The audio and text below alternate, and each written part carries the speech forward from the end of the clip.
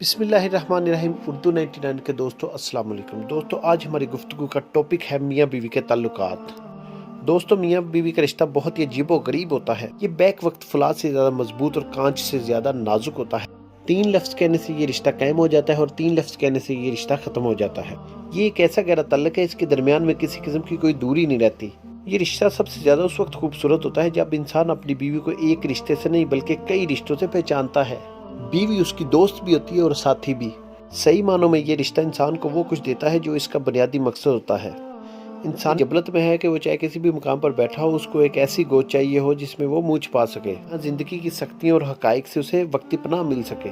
یہ صرف اسی صورت میں حاصل ہوتی ہے جب اسے ایک اچھی بیوی مل جائے۔ انسان کو ایک ایسا انسان چاہیے ہوتا ہے جس سے وہ دل کی بات کہہ سکے۔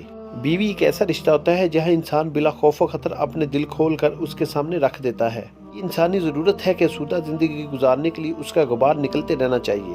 یہ بیوی کی صورت میں آسانی سے نکلتا رہتا ہے۔ اسلام میں بڑی واضح بات ہے کہ انسان اپنی نسل بڑھاتا ہے، اگر وہ شادی شدہ ہے تو گناہ سے بچا رہتا ہے۔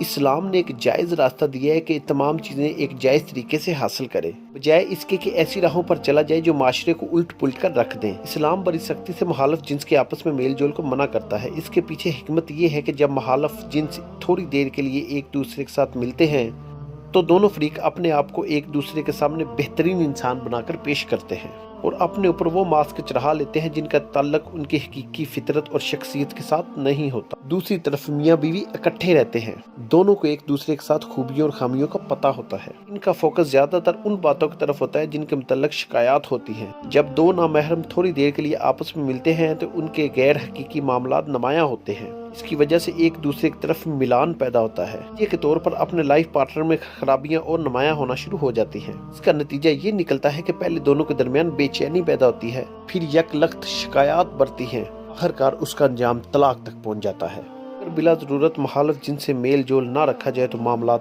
بہتر رہتے ہیں۔ شروع سے عورت میں اللہ تعالیٰ نے قربانی کا جذبہ رکھا ہے، اس میں کسی قسم کی کوئی کمی واقع نہیں ہوئی۔ صرف ایک فرق پڑا ہے کہ پرانے زمانے میں ماؤں کی بنیاد کچھ اور تھی جبکہ آج کی ماؤں کی بنیاد کچھ اور۔ پہلے اخلاقیات پر زور ہوتا تھا جبکہ آج اخلاقیات پسے پشت چلی گئی ہیں اور مادہ پرستی سامنے آ گئی ہے۔ پرانے زمانوں کی ماؤں کی اگرچہ دنیاوی تعلیم کم ہوتی تھی لیکن اخلاقی تربیت بہت اچھی ہوتی تھی۔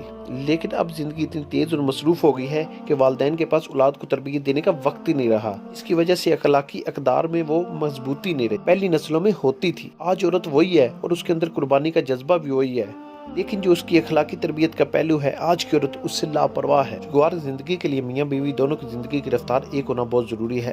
میاں بیوی دونوں کو عزو در گزر سے کام لینا چاہیے اور دونوں کو چاہیے کہ ایک دوسرے کو خوبیوں اور خامیوں کے ساتھ قبول کریں، زندگی کامیاب ہو جائے گی۔ شکریہ۔